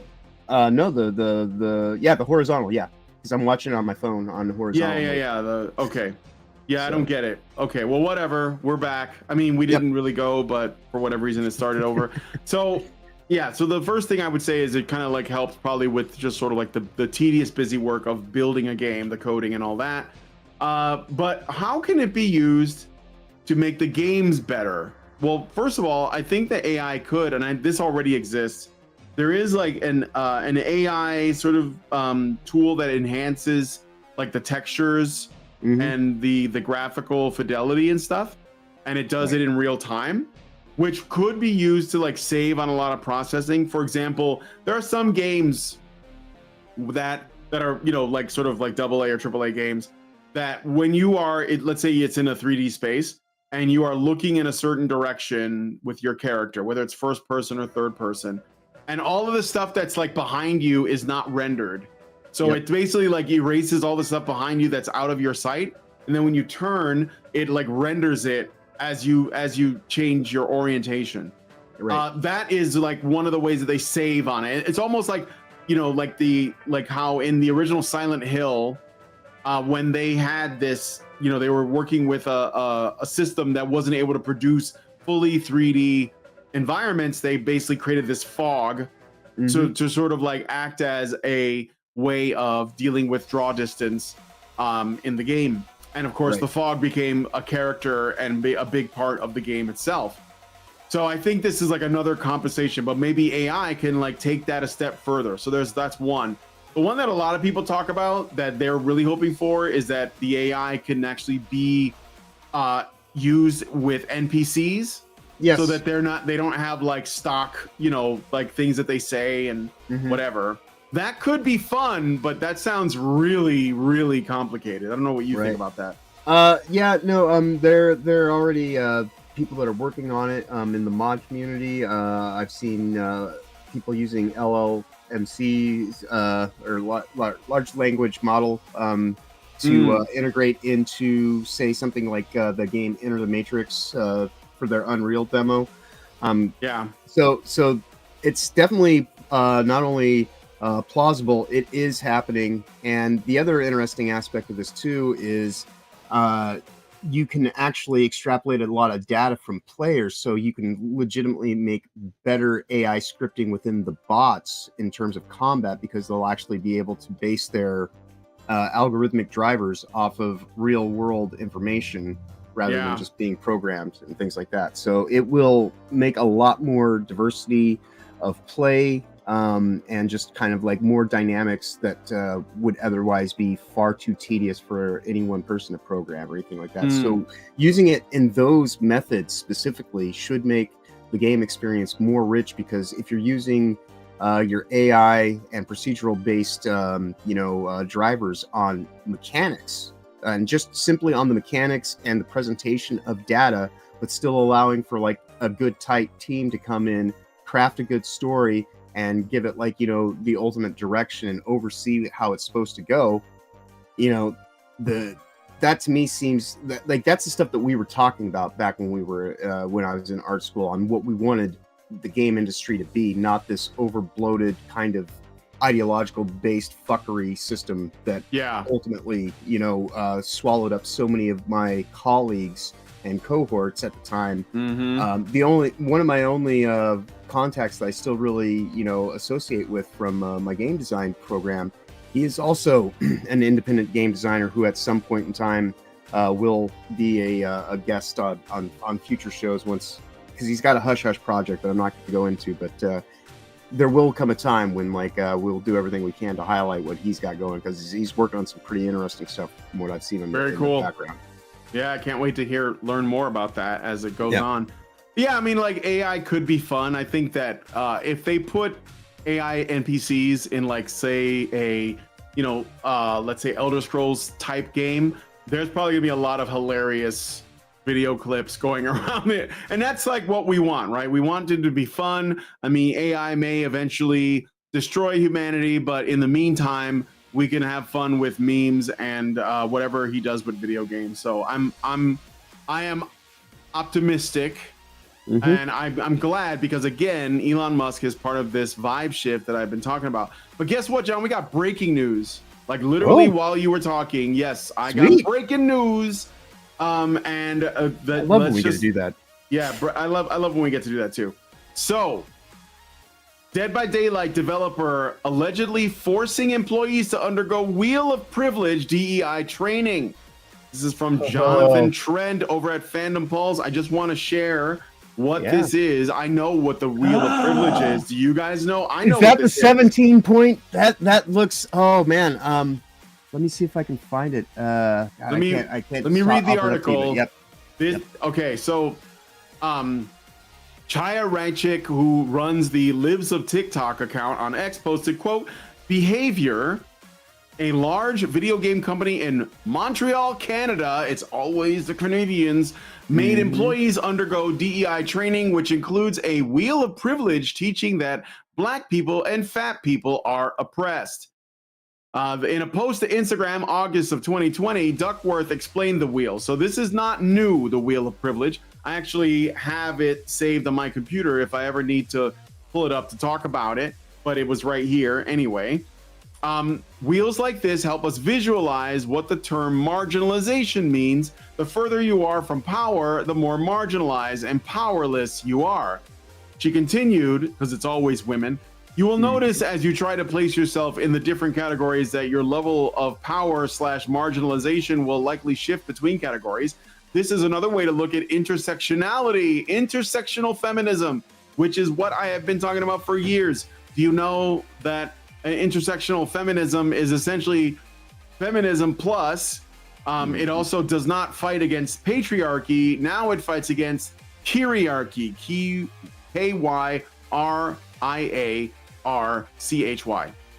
Kyriarchy. It's basically just wokeness, critical consciousness, whatever, commie shit. Following the Libs of TikTok's report, YouTuber Smash JT shared on X, behavior felt like it was a good idea to go down this road, hiring Sylvia Duckworth, a deep-rooted race-baiting grifter, to cash in on DEI money. Sylvia is everything wrong with entertainment in the modern era. Behavior Interactive has shown their true colors. Not surprising, again, they are Canadian. Here, so, I'm gonna send something to you through the private chat. I don't know if you can can you put in the Discord? Or yeah, that's what I mean by private chat. Yeah. Oh, okay, yeah. Go ahead and send it through the Discord. I'll yeah, because what this looks like to me is obviously the this is straight from the WEF. Oh yeah, sustainable development goals. Yeah, it's the same. I think it might be the same thing. I think you might be right. Let's put it up on the screen. Well, no, this is different, but it looks the same. The Wheel of Privilege, very yeah, but yeah, it's like 17 different points of bullshit. Yeah, and that looks like a whole bunch of slices on a pie. So it might not be exactly the same, but it's still in the the same neighborhood. It may not be the same house, but it's part of the same HOA. Are evil the closer to the center you are, and the development goals. It's like these are just things that we want for everybody. This is totally not evil at all. So, yeah. All right.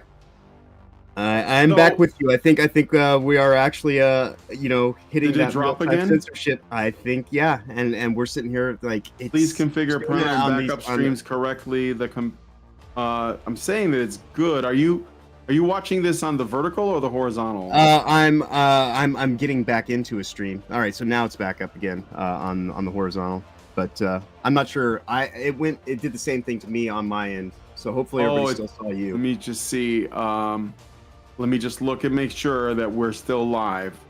Yeah, because I'm still seeing a pinwheel on the horizontal right now. Really? Yep. I just went back to it. Let me Let me go to your channel All specific. right, it's showing that it's still. Oh yeah, you're right. Something did happen. Yeah. We're live again. It disconnected again. Why is this Yeah. happening? Real-time censorship. That's going to be my guess. The thing that we're sitting here talking about, like, you know, the overtake and what it's all about, because we're sitting here talking too much truth to power. I could be wrong, but that's my take on it. That's really annoying. I don't, because like my stream is still going. My connection is good, so it doesn't. It literally makes no sense that this is happening. Yeah. So All this right. has 12 points instead of 17. But 12 yeah. point. Yeah, it's a little different. Yep. I'm just gonna have to look and see why this is happening. I don't know why it is. So But we go to we stream are health getting and look back at though. it. Yeah, I'm sorry guys. I don't know. It's not me. Like people Yeah. on Rumble, you guys should still be fine, right? Like it's not disconnected, is it? I don't know. Maybe it is. All right. Okay. Yeah. The So, fun. Yeah, not a lot of fun. Rumble went down. And what? Rumble went down? Damn it. What the hell's going on here? All right, well, we're going to try and get through this. And then Yeah. I'll have to like do some investigating afterwards to figure out the how this fuckery is happened. afoot. That's my take on it. Yeah. So, anyway, so then, yeah. Advocates of the so-called woke ideology today have not been shy about articulating the philosophical underpinnings of their perspective. They do indeed find inspiration in Marx, Nietzsche, Sartre, Derrida, and Foucault, amongst others. From these modern and postmodern thinkers, they derive a number of principles. Next, the second, they revitalize moral value and see classical morality as an attempt by the ruling class to maintain itself in power. Third, they focus not so much on the individual as on racial and ethnic categories, and hence they endorse the idea of collective guilt and recommend a sort of reverse discrimination to address the injustices of the past. Fourth, they tend to demonize the market economy and the institutions of democracy as part of a superstructure defending the privilege. So basically everything that is good is just, you know, people in power defending their power. And then has nothing to do with morality itself. In fact, morality itself is like a kind of capital that they want to, you know, own for themselves, Right, and redistribute. Fifth, they push towards equity of outcome throughout the society rather than equality of opportunity. And finally, wokeism employs divisive and aggressive strategies of accusation that are contrary to the gospel demand to love our enemies. Suffice to say that Catholic social teaching stands athwart of all this. It wants social justice, of course, but not on woke terms. Its heroes are not Marx, Nietzsche, and Foucault, but rather Isaiah, Amos, Jeremiah, Jesus, Ambrose, Aquinas, and Teresa of Calcutta. So this is like what we are looking at. They have created their own religion, and it has its sin, it has its sinners, and it has its saints. And their saints are Marxist philosophers, and their sinners are you and me. Yep. And they're going to be pushing this in obviously these people at Behavior were caught, but they're not unique at all in this regard. So that was the breaking news story I just had to share. Yeah, no, guys. that was important to bring into the conversation, because I mean this is exactly what we were talking about at the beginning of, like, you know, like it's just shifting away from being something that's done from the stakeholder financial end. This is just now becoming part of, like, you know, like the state of reality on a bureaucratic level. So, you know, like we best make sure that, you know, like that this current administration really is about getting rid of swamp monsters and whatnot, because this is the time, you know, where Definitely. it's all, yeah, because I mean the next 4 years are pivotal in terms of whether we're going to be able to recover from what has already been laid, or if we're going to, you know, be sunk even further into it to where it becomes nearly impossible to escape it in any way, shape, or form. Yep. All right, so how about some cake? Indeed. Let's look at some good news. Somebody sent me a link to a game trailer. I have no idea what this is going to be. And I think it also bears importance too, right on our way to cake, that we do this already prior to it. We always do our metrics on Steam, but especially this week, it's all the more reason to do cake because Ubisoft is wanting to make Steam stop reporting real-time user data and all that kind of stuff. So this is why we do this, because it's good for people to actually know what's going on in the games that are played and the games that are promoted, so you know the difference between the marketing and the reality. Yep. Hopefully my stream will stay live long enough for us to do this and it won't pull a fucking barv again. But, Right. let us see. Let's see. So I have a game trailer somebody sent me. If you guys in the chat have any suggestions, come check it out. Let me just make sure that we're still good here. Live chat. Top chat. If you are looking to get in contact for good indie game ideas, things like that, you can either my Discord or Brian's. or both. Always, or both. Definitely join the Discords and send us either DMs or I've got on my my area specifically. There's a shared section for anybody to put in games that they want us to look into and things like that under the independent non-woke games section. Yep. All right, I'm just checking my hype train. In my Discord, I have something called the hype train and a games channel where people can just share like games they play. They don't have to be new games or upcoming games. It could be anything. There's a lot of people participating in there, sharing like games that they like or things that they're warning against. Let me just see. There's nothing there. So let me go to the hype train. Is there am I still here? Stream is healthy. Oh, now it's saying no. Why is that? Shit. There we go. I'm back again. You're back. All right. Yeah. It fucked again. Yeah. But at least it wasn't as bad as the last time. Why is this happening? I don't understand. I'm gonna stick with my off-base speculations. That robots. Because I'm still streaming, so it's just gonna create more new streams. I have no idea. Yeah, it is. My one thing is dying. Now I have double streams going on for some reason. Dude, this is really annoying. Yes, it is. All right. No, it's not made for kids. Okay. Do this top live chat. I don't get this. This is really pissing me off. Okay. So let's look at what I was going to say. Oh, yeah. So let's look at this Unavowed launch trailer. Thank you for Dean Domino for the super chat. Here are some games: Thousands, Layered Blade, Reforged, and Cop Bastard. So I'll take a look at those. Hopefully that the game will stay stable. But let's look at this first. John, are you still there? Yep. I gotta check. Okay, so we're gonna look at this. No worries. This one was sent to me. It's called Unavowed. And he sent it to me. I don't know what it's like, so let's take a look. You were possessed. Again. What does that mean? Does that mean that I'm also gonna drop again? You're back? Hello? Yep, I'm back. You're back? Yeah, Did you we're drop getting again? pummeled by this thing. Yeah. The stream kicked out on the horizontal as well. Fuck. I think, unfortunately, I think it's just going to keep doing this to us while we try to do cake. Unfortunately, I don't know if we're going to be able to complete it. Because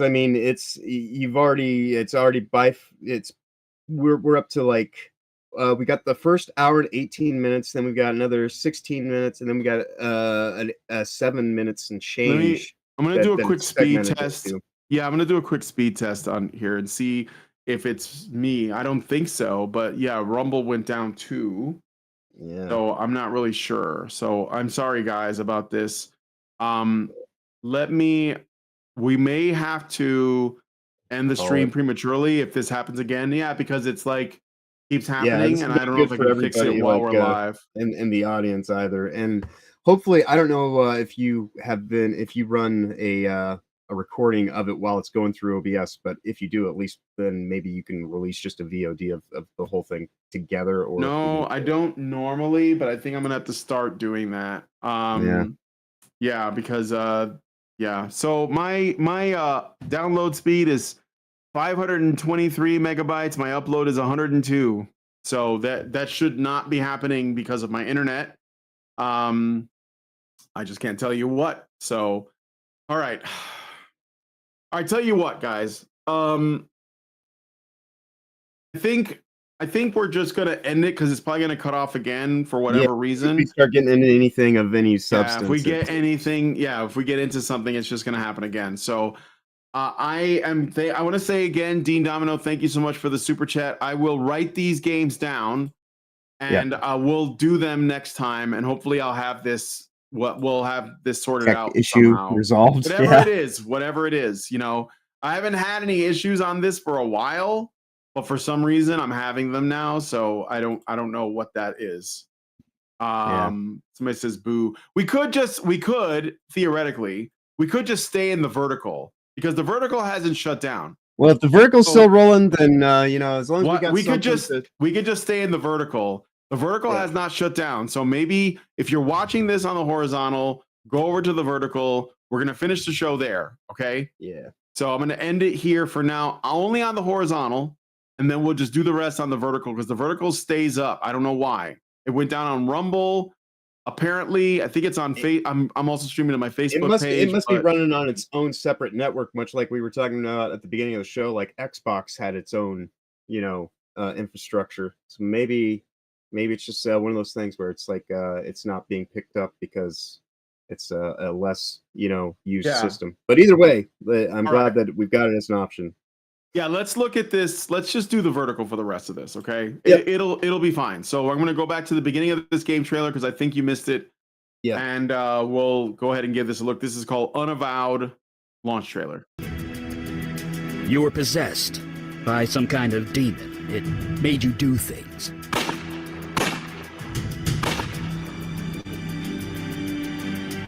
One year has passed since your possession.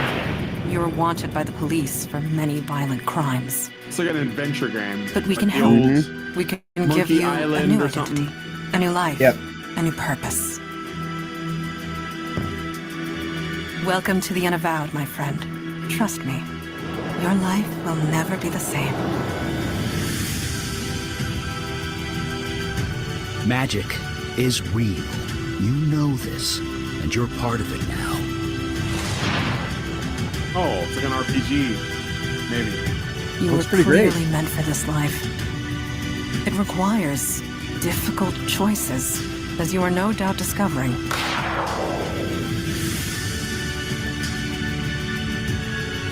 Supernatural threats have risen. Exponentially. It's been difficult to contain. Monsters working out in the open never leads to anything good. People will fight back, one way or another. And innocents have to pay the price, every time. You want to prove yourself to the Unavowed. Now is your chance. Here you go. So I can't, I mean, it looks like an adventure game, but it also kind of looks like an RPG. I can't really tell. Very old school, It could be though. a hybrid of these things, though. Yeah. Yeah, very old school, though. I will say that. All right. So what do you think? Look good? My interest is peaked. I'm definitely gonna do a little bit more research into it. Kind of gives me like a little bit, oddly enough, some Twin Peaksy vibes. Yeah, definitely got some of that. Very weird. So, yeah. What do you think about? Speaking of which, what do you think about the original Alan Wake? I know that Alan Wake went well. The original Alan Wake. The original Alan Wake is an amazing work of art. Very inspired. And I was very, very in, like, when I was back in art school, I had written something kind of along the time that it came out, but before it came out, like I was thinking about like a game that was from the idea of like somebody. I had a concept of Alan Wake of my own in parallel, but certainly did not come to fruition. So when I saw it happen, it was just like, to me, it was like one of the greatest games to ever exist, because I was like, this is the idea that I had. And so yeah. Yeah, definitely. All right, so the next one I got is let's see, Sakura Chronicles Coco,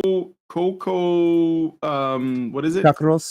Kokoroa, and the Yeah. Gears of Creation. Okay, so let's play this one. This one was given to us by Mr. 0303 in my Discord server. 遥か東方ヤナトの国桜姫の活躍により花の時代が訪れし頂の世忙しくも充実の日々を送る発明神心は姫のもとを訪れたのは心を持つからくり竹びなだった This looks great. Anybody who's a VTuber fan will dig it. Yeah. 新たな神々と紡がれる新たな未来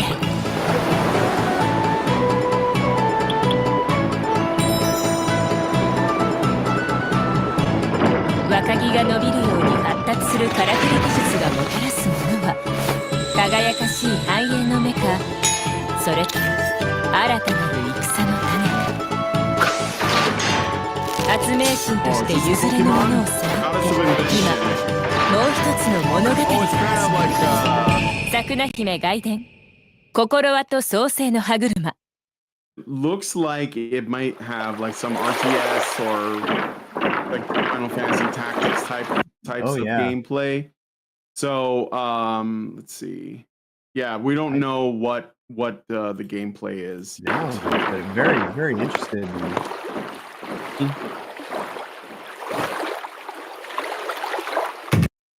Currently in development. It might be too soon to see, but we'll keep our eyes on it. I mean, the art style is great. If you're an anime fan or like I say, VTubers, like this looks like a game that was and it also kind of seems like it's along the bent of something like the Great Rebellion, where it seems like it's kind of talking about the complexities of the natural world versus the kind of technological state and the crossroads that. I mean, this is all speculative on my end, but but it definitely looks like something to keep an eye on for sure. All right. And Dean Domino, he made a suggestion, so I'm looking at this up right now. Thousands Layered Blade Reforged. This is from 2 months ago, and it also is looks Japanese right off the bat, but I'm kind of interested. So let's take a look at that. Thank you, Dean Domino, and he gave us another one too. Ooh, it's I'm thinking of Kami, right? Yep.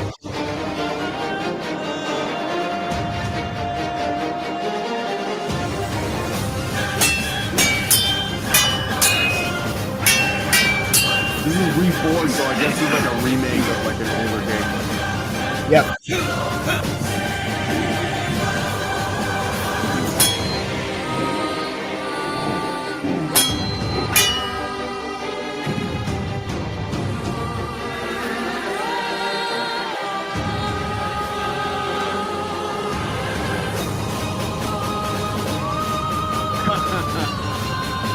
Looks better than Ghost of Yatai. Yeah, right.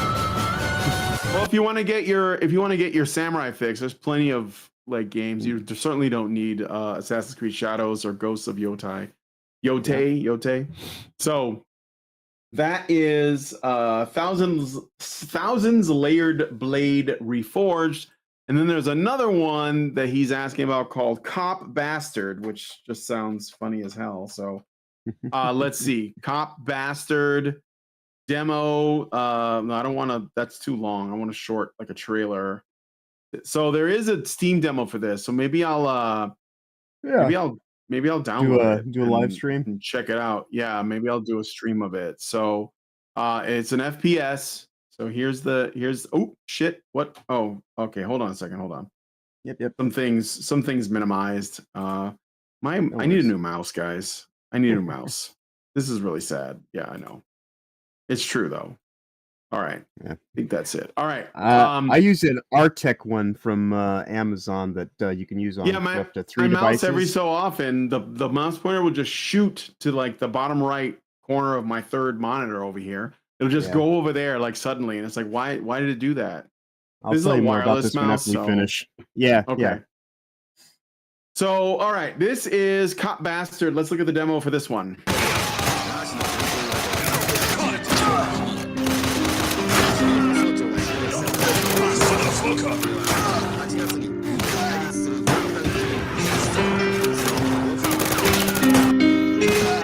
Juxtaposition to the music's great. Yeah. Moonlight Sonata.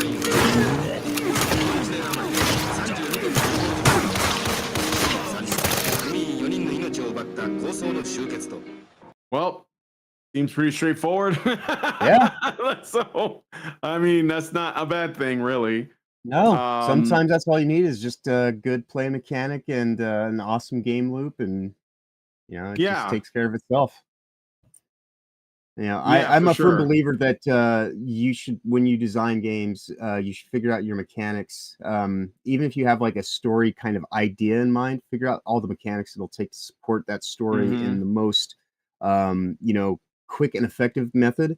And so that way, even if people don't give a shit about your story, you can still deliver a fun play experience. And if they really do, then you make it all the more immersive and, kind of fulfilling for somebody who actually wants to dig into those deeper story aspects. But even if it's just base mechanics, there is a demo of it. The demo trailer mostly, I think it's just going to focus on the gameplay, but we'll see. Maybe there's more to it than that.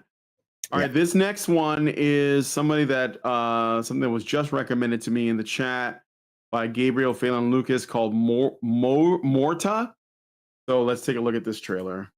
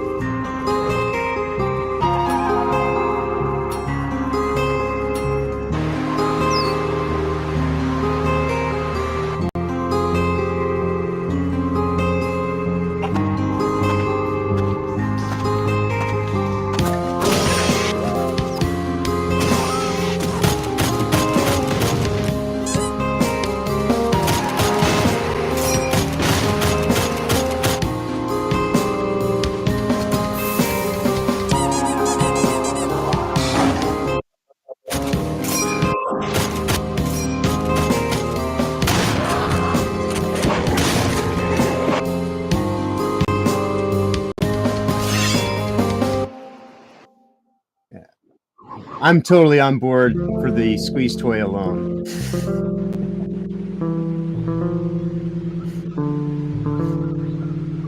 It does look interesting. Yeah. It looks like it looks unique as hell. Like it looks like it's got like all these different kinds of influences, but I don't think that I've never, seen anything exactly quite like what this is. So this looks pretty sweet. Yeah, it doesn't look bad. Okay, so we should wrap it up. I know that I wanted to look at some sales numbers, but I can't do it this week. Yeah, it is what it is. Yeah, but I'll have to figure out what's going on with my setup. Maybe it's something on my end. I don't know. But in the meantime, I think it was a good show. Otherwise, and thanks guys for coming on. Tech issues and whatnot. Yeah, despite all of the tech problems that were just manifesting themselves somehow. Yeah. I'm still going to blame real-time AI censorship. It's possible. It's certainly possible. But anyway, with all that said, we're going to end it there. Thanks, John, for joining me. And always be on the lookout for, where are you up? What are you up to next? Next for me tomorrow, WhoTF Live, 9 a.m. Eastern, I guess 6 a.m. Pacific. We're going to be discussing our favorite Doctor Who villains over the course of the.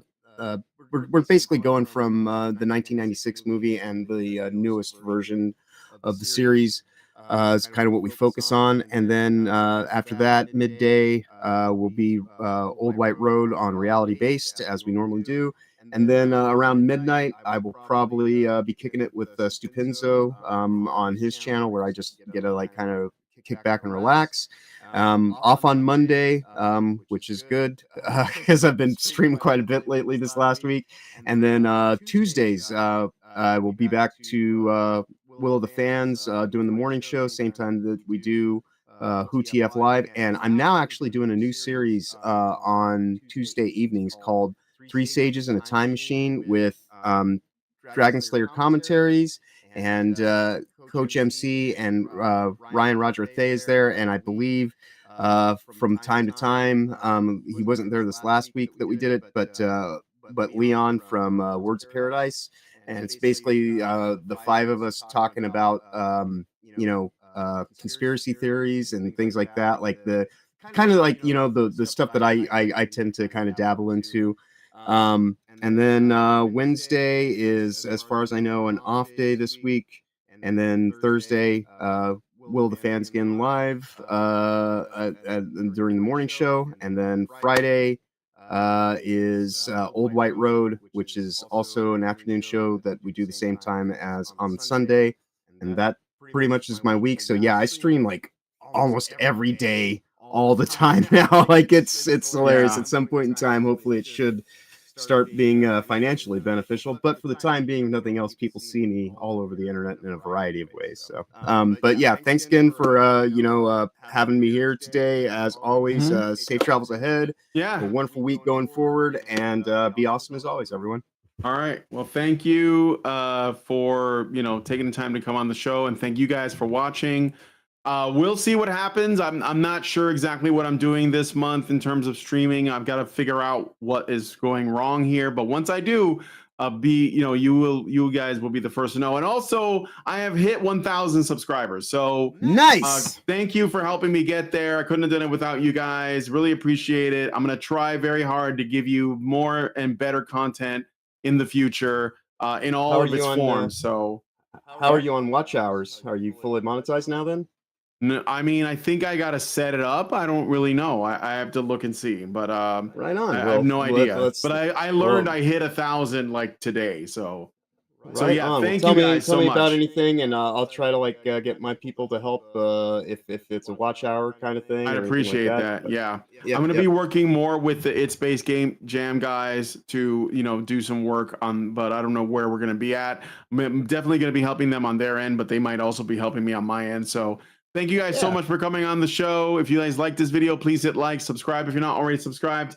Hit the bell for notifications. Leave me a comment. Let me know what you guys think about what we discussed on the show today. And please, please, please share this video because sharing is caring. Well, like whatever pieces, just share the vertical one. It seemed to have been stuck in there for the whole thing.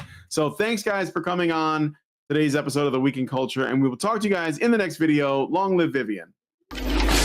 With the glass ceiling broken, all the oppressed groups shall prosper, especially the most oppressed group of all, gamers. I want people in the industry to be a little bit louder about people being mean to other people, and maybe say it's not a good thing. Yeah. Maybe say we don't want you around if you're going to be a cunt. And hateful. And that the games industry is diverse naturally. Not because anyone's making them be diverse. Because the world is diverse, you stupid motherfucker. And if you have a problem with that, come fight me. Physically. Bitch. Has anyone taken you up on that yet? No, because they're all pussies. Yep. Down here, salt is a way of life. Obviously, the environment down here is all salt. The ceiling's salt, the floor is salt, the walls are salt, and to an extent, the air is salt. And you breathe that in and you can constantly taste the salt.